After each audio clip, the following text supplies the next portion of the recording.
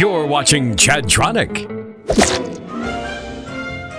Ladies and friends, my name is Chadtronic and welcome to my unorganized, unscripted television show where I review toys way outside my target demographic. In today's video, we're taking a look at some weird baby doll toys. I've kind of collected these over time. Not that I'm a collector of these types of toys, but I've kind of collected these. I didn't think any of them on their own were interesting enough for their own video. So I've kind of saved up a couple of them and decided to throw them all inside of one video. So instead of one short, awful video, today you're going to get one longer, awful video. Let's go ahead and get started with the crown jewel of the video. I'm sure that everyone is looking at the Spongebob Water Babies doll. I normally don't share the prices of the toys I buy for this channel, but I feel like this has to be an exception. I have to inform you guys. This was the most expensive doll for this video. The other dolls you just saw, I think I paid roughly $30 for. Not terrible prices. Maybe a little spendy for some, but they're vintage, they're collectible. That kind of price is understandable. However, this toy is much newer, and it was over $100.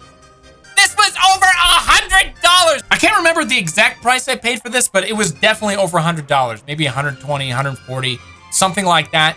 This was pricey. I don't know if these are rare or just heavily sought after, but the most interesting thing about this first doll is it's so freaking pricey. Despite the fact that this cost a lot of money, I just still had to have it. I mean, just look at this. You can just tell by glancing at it for 2 seconds how weird this is. How did something like this come to be?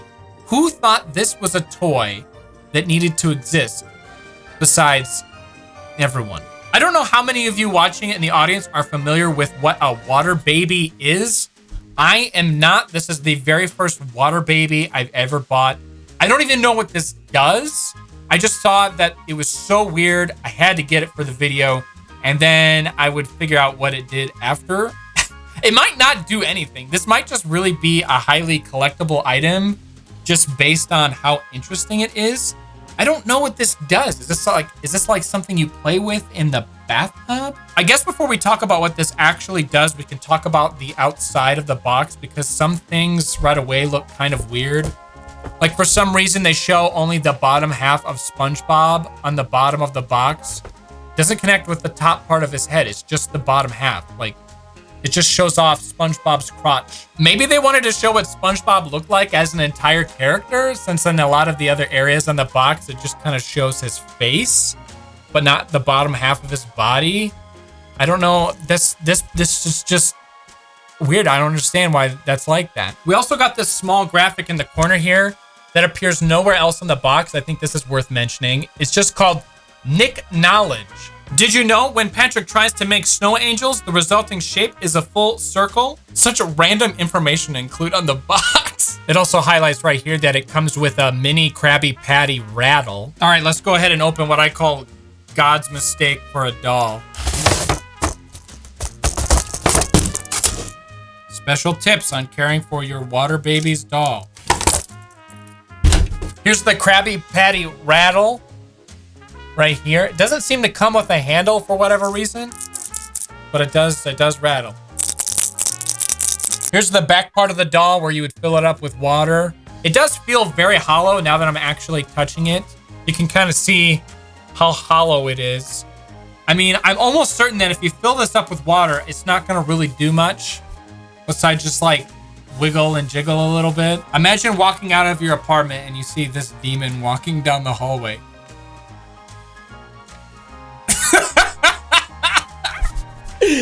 What the frick? Why does this thing exist?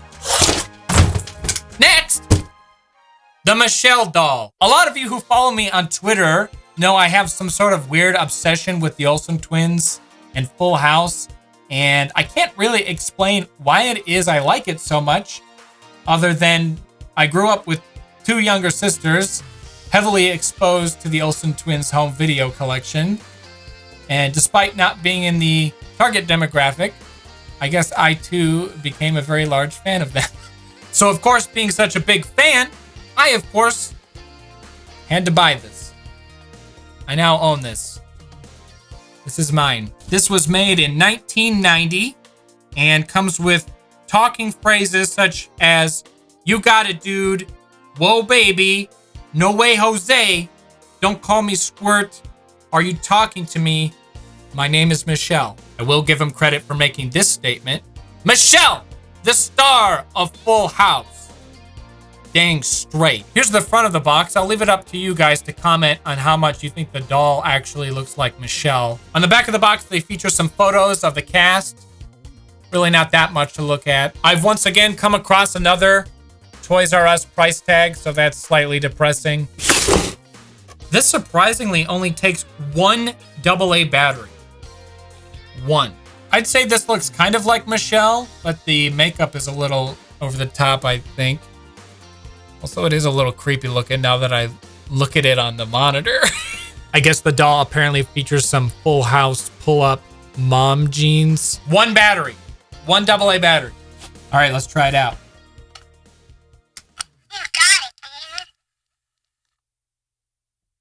Why does it sound so old and decrepit? It sounds like there's a cassette player in there. Why does it sound like that? Wow, baby.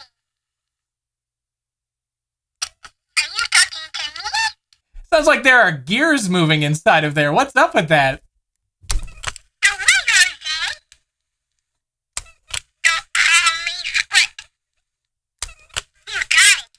I don't really remember there being that much Full House merchandise, but I definitely never knew this existed until recently, which is why I'm proud to own it.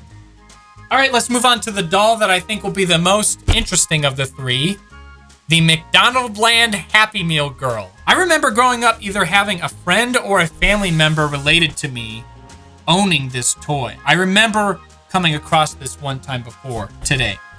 And I remember thinking how weird it was. They made a doll that you feed cheeseburgers from a fast food restaurant. I just remember that being kind of strange and kind of sending a weird message to kids. Oh boy, here's that #1 phrase that gets kids excited. Toy surprise inside. She magically takes a bite of her cheeseburger. When she sips her drink, you hear slurp, bubble, burp. Put the cheeseburger back in the wrapper. The missing bite reappears. It's too bad that real McDonald's food doesn't work like this. However, if it did, I think they would be out of business today.